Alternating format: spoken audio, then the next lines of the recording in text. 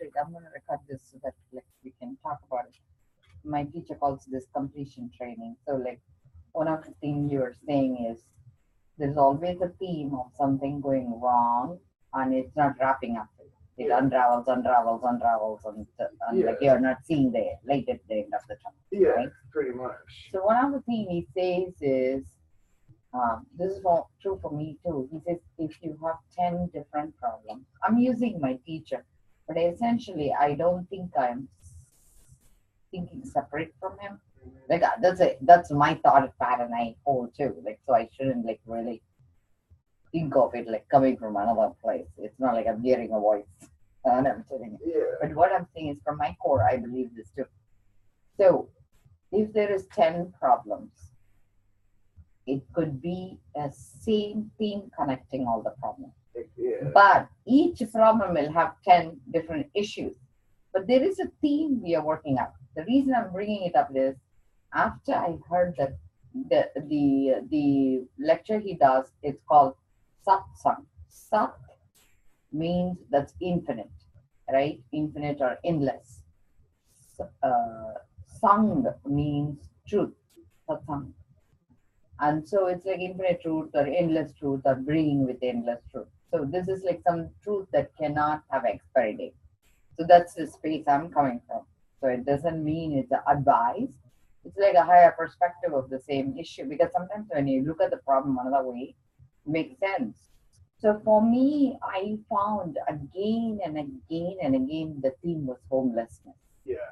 My mom yeah. was homeless, meaning not homeless, she was thrown out of the home. My dad wasn't there. With my dysfunctional family, my husband threw me out one night. And I go to this space that is really not healthy. And that's where I make my space. I think it's like the space where I haven't healed myself. And when I make the decisions from that space, it is not healthy. Exactly. See, I'm not coming from a space of really like flamboyant and happy. But this is the space of scared, like, like a little wimpy dog with a tail in the back. See, I do the same thing. But so what would that be? My space would be more like on the anger side, I think. But the anger is buried sadness. So there is the sadness you haven't dealt with. What would that be? There's definitely like a feeling of like hopelessness. That's a huge one. Like when I was younger, I had huge dreams. I thought I was going to own a business. I was going to fucking just, At what time did the dream change for you? Probably once I realized once I actually accepted the fact that I was so let's stop there. To drugs. Go back to that phase. One day you had a problem and it hit you hard that the first time I got really dope sick and I realized like, oh shit, I'm one of those guys now. Like I'm addicted to this stuff. And how old were you? 19, 20 maybe. Wasn't even off heroin. I was off the pills, off the oxy and stuff. But I was sick as a dog. And it happened once before, but I thought I had the cold. I just thought I was sick. And it wasn't that bad. I was just like, oh man, I must have caught something. And then I probably found some pills a day or so later, and whatever. But then the next time it happened, somebody told me, I was like, oh, dude, this just happened like a week or so ago, and I'm sick again. Like, my back, I'm all achy, I'm sniffling, I'm throwing up and stuff. And somebody's like, yeah, you get strung out, like you're dope sick. And I was like, oh, man, I don't do dope, I'm just doing pills, He's just like, it's the same shit, like you're sick. He's like, yeah, we do it, do a line, do a dope. A couple minutes later, you feel better? Like, oh shit. Like I knew right then. As soon as I did that pill, I was like, oh, like I'm in it now. I'm in it. So at that point, and I got scared. I didn't try to. I dug deeper. I was scared. I didn't want to try and stop. I heard all the horror stories. So, if I had stopped, then I would have been better off. See, the thing is, it's not about that. It's like at that point, you chose to be powerless. You never took back your power. Yeah. And that's exactly what's happening all this time, right? And that's the thing is I feel hopeless. I feel like I don't go out and look for a better opportunity. I take the quickest thing. Like even with this job, like I knew I could have got a better job. I could have got a better paying job that I could advance in. But I took the job I knew I could get. I could have probably stayed at my aunt's a little longer and found another place to live that was better, but I took the first motel that took my money and just said, all right, well, whatever, it's good enough. Like, instead of looking for something better, it's like, well, whatever, it's good enough. So what I'm hearing is you always tend to take an easy way out. So see, the theme my is whole life, the whole thing was about you not wanting to face sickness, and you always take the easy way out. And exactly, that's a theme. You are not waiting to be rewarded. You want instant gratification. It's like I would rather have the chocolate now than get a good meal later, right? Yeah. So, pretty much. so now that you understand, you can change it. Never settle And in life. I tell myself that, but like when you're backed up against the wall, it's just like, what am I gonna do? It's a pretend wall. You know what happened? My sister called me one day. She's in India. She says to me, somebody's selling a washing machine, and it's like off the market by a price. It's from a relative, and she was so attracted to it. She says, I want to buy it. What do you think? And I told her, you're buying somebody else's pain.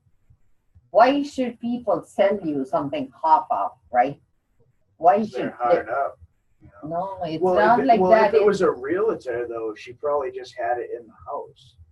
No, the problem is it doesn't matter what it is. You're buying that energy stuck there. Yeah, same thing with buying stuff at pawn shops. Yeah, so what I'm saying is it's not worth it. Felt guilty for it because I knew that someone probably loved that piece of jewelry and was so backed up and couldn't get out of a rut and had to sell it just to eat or just to pay another day's rent or just to get gas in their car or something. You know what I mean?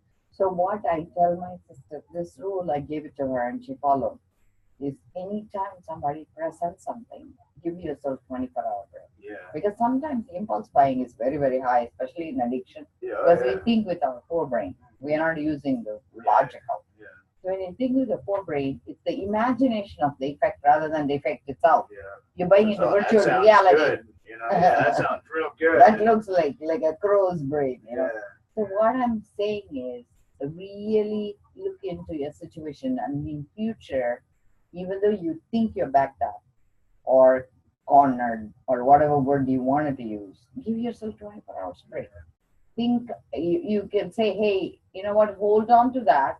Tomorrow morning I'll check in and I'll call you back. Give yourself 24 hours time. And then in 24 hours time, you still feel that way, explore that path until you cannot explore it anymore. But don't do it if it is not part of your plan. Yeah, don't just take it. So have a plan before it happens. Yeah. So that's what the whole behavior plan is about. If you understand that, you will win this. See, the thing is you're letting the problem get ahead of you. You need to get ahead of the problem. That's all. Well, I feel like I'm always a step behind, It's like That's right. It's like the world's moving at 70 miles an hour and I'm down here at like 35, just like That's trying pretentious. to catch up, Remember, time is pretentious. You have all the time in the world. You can stretch and bend as you want. And people, if they really care about you, they'll come and find you again. Yeah. So first the thing is, like I said, don't settle. So get out of that hotel situation. The whole thing is happening because you don't have a stable place still. Even though it's a hotel, you cannot drink. You cannot do your kitchen stuff. Do you want to live like this? No, I don't. But like I said, it's just until this court date, I can't save money, and I have nowhere else to go. I really don't. There's nowhere else for me to go. I've tried everything. That's again coming from a space of not looking further than your nose. No, that's totally realistic though. Like I've asked anybody that I possibly could have rented a place off of. Go check family. Craigslist. I know, but I don't have the money though. What do you mean you don't have money? I don't have the money. Not everybody is doing that. There is in Marlboro, they have sober houses for $150 per week. Yeah, see, but I can't do that. I can't do the sober house thing. Not that I feel like I'm above it or past it or anything, but I'm trying to get away from that sort of lifestyle and mentality, of like having to be like monitored. Like that's why I do like the hotels, because what I do is my choice, and it's, you know, I accept responsibility for whatever happens. Like I don't, the sober house thing, I can't do it. I think I am actually past that. I mean, I think there's probably someone out there that needs that room more than I do. I'm pretty solid in what I'm doing right now. My resolve to not do drugs is fucking rock solid as far as I'm concerned. And I see drugs all the time. The hotel, I mean, you know how those places are. It's a roadside motel. Everybody in there's got drugs, but it doesn't appeal to me. So let's come back to the three words I'm working on this week is wealth equals flexible time, relationship equals trust, health equals stable mood. So where are you stuck between these three? Moving all definitely. I mean, so of finances and the gut of the relationship is good, but there's, the trust is there for sure. The trust is totally there. I mean, she went out last weekend with friends. I mean, I told her I was kind of worried because she was going to something and playing. I was like, you need to make the right decision. Like, you need to be safe. She's like, what do you think I'm going to do? You don't trust me? I'm like, no, it's not bad. It's just, Lynn. It's so Lynn. So between health and wealth, which one would you put? Is your mood stable? Yeah, my mood's pretty good. So wealth is what we are focusing on, right? So wealth is not accumulated money, it's flexible time. So one thing is, if you want to honor your space with your children, you need to somehow make a commitment of doing something special with them once a week. Oh, I do. So, build on that and build more and more of that. Last weekend, I taught my daughter, the last couple of weekends I've been teaching her how to play baseball, and she's really taken to it.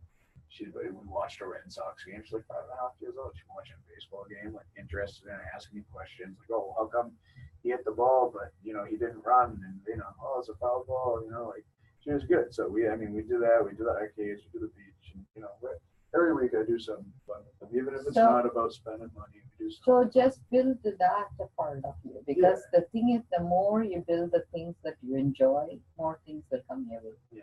And let you not worry about things that's not going your way, because in the long run, what you focus on will grow. You focus on things that you should, you are going to grow that, and that becomes a monster. Yeah, well, I've noticed it just this week alone at work, is because there's one guy that's had some words with me, and he runs his mouth all the time when I'm not around, and I've stood especially today, I was like, I know I'm solid here, I know I do my job. My boss loves me. I'm good. But the last couple of days he's gone to me. Today I was getting pretty pissed off. And what about him pissed you off? Well, he just thinks that he's like he honestly in his head, he's a total narcissist. He's a convicted rapist. He's a sex offender. He's a complete egomaniac, probably bordering on psychopath. Honestly, he's a complete narcissist. The way he talks about himself is unreal. He introduced himself to the new guys. Yeah, hey, I'm Brian. Basically the smartest guy in the shop. He tells the other new kid says, I run this shop, like, I'm the one you got to answer to. And this kid's thinking like, oh, okay, you're the boss. Like, I'm like, how do you, I couldn't even ever picture saying something like that about myself. He's just. So play with sense of humor. But he thinks that he does more work than everybody. He says, oh, so all you do is A, B, and C, and I do everything else. And really, he knows how to do everything, but he never physically does it. He just stands there and points a finger, and he's not the boss. He's not. He's just an employee, and he's talking. What's your relationship with him? Like, are you his supervisor? No, we're total equals as far as the company's concerned. He's been there for like a year. So just walk away from him. I do, but when it's all day and every time you walk by, why aren't you over here doing this? He doesn't say it to me. He says it to other people, trying to make me look bad. He's like, oh, I don't know why this kid's even over here doing that. And it's like, it's none of your business. I know what I'm doing. I'm doing it for a reason. God put him in your path so that you can grow yourself. He's giving you an emotional muscle to grow. I don't know why. So when he stops bothering you, that's when you're grown. So you really need to understand how to counteract with him in a way that makes you hold the power. So you're losing power when you go near Yeah, I him. know. He's an energy vampire for you. He is, and he knows he's getting to me too, because I've gone off on him like a couple times this week, and I know that I shouldn't. I know I shouldn't feed into somebody like that, because they're never gonna. You can't win an argument. You can't win even and you can't win with a person like that. Period. You just laugh at him. Why cannot you do that's that? what I used to. And it used So when to. did It it used stop? to get to him this week, because I just, like I said, I've been having a terrible week, and it's like I don't need that little voice catching out of the corner of my ear all day and talking shit. So it got to me this week, and I let out on him, and I started screaming at the guy. And, You know he's what? saying, "Oh, meet me across the street after work," and all this shit. I don't need it. It's just it did. It wore me out this week. It really did. Yeah, you actually So got me. one thing you can do is this is what I will do. I will like put myself in an energy shield where I fill myself with love, and you pray about them every day, saying, bless them with super joy and happiness. And at some point, the energy will shift, but he's there to teach you how strong you are. So the minute you can focus on your strength and hold the power back, don't let yourself go into a space where you're losing yourself, because you're losing your soul a little bit at a time, and that's what makes you flip out. And I feel then you will be given a new challenge, so to speak. He'll suddenly disappear. Yeah. So people like that, they call it borderline personality, where they have an emotion and they use you to bring out the worst in you. Yeah, because he can slip out your fear. And that's what he likes is to know that he likes to play head games, and it's not that he's a stupid guy. He's probably pretty intelligent, because most people like that actually are. And he knows, I really I'm sure if he was sat down and really examined, tested, checked out by some professionals, they would declare him at least sociopath, if not just full blown, sociopaths are very friendly. There is a difference. He is. He can be. He can, like I say, he can turn it on and off with other people. He works all the young kids. He's got a bunch of people that think he's like the man, and I mean he is. I know those traits, because I've been accused of being like that, but being manipulative, socially and shit like that, and I can be if I want to. I used to do it all the time when I was using drugs, so I see that. Maybe that's why I think he might even see it in me, and he's like, "Oh, let's see who can win this little mind game or something." And he won this week. I've been driving him nuts for the last month now, because I don't even acknowledge. I never acknowledge his shit. I hear it all the time, but I never acknowledge it. If anything, I'd walk around with a smile on my face, just to let him know I'm having a good time or whatever. It's been this little head game, and I'm done playing. I'm just done. I'm just gonna ignore it. So I'm gonna tell you something, okay? So I want you to listen. The first thing is, people who are sociopaths, see, in the childhood, it has two spectrum. One is called adjustment disorder and conduct disorder. People who are adjustment disorder, they started with the same pathways. They wouldn't listen to the elders and stuff. But people who know they are breaking the law and can redirect themselves for the hope, they are the one who becomes borderline. People who know they break the law and don't care about it are the sociopath. The sociopath, the way they work is they will be very, very friendly, and when you are alone with them, they'll kill you. So he is not that. He is not a sociopath. I'm telling you, he's a violent. He's been. I could show you right now. He's violent because he knows how to gain trust. Yeah, so but he he's a is rapist. Not playing. He's a convicted rapist. That's right. He's several counts of forcible rape on a minor. Yeah, that's because he's not. You're the worst type of person in the fucking world. I know, but what I'm asking you to do is remember where the trust is broken. Borderline, on the other hand, are people splitters. They will have one group that works against them, one against them. And the way they are working, I think that's my sign saying somebody else is waiting. Probably, but what I'm saying is, you need to hold your truth. Values and whatnot, Not even values. Don't let him let you be unraveled. hold yourself together. Yeah. And what is one thing Yeah, you so can do? I Do you want me to was- give you a prayer thread so you can like No, I that don't. isn't working it anymore? What The thread, because I feel sometimes you need something like a stress reduction glass or something. I have those in my truck. I have the crystals and stuff in my truck, but I can't drink the stuff from my drink. They just get ruined. No. Put the rock in your pocket and like Yeah, that's true.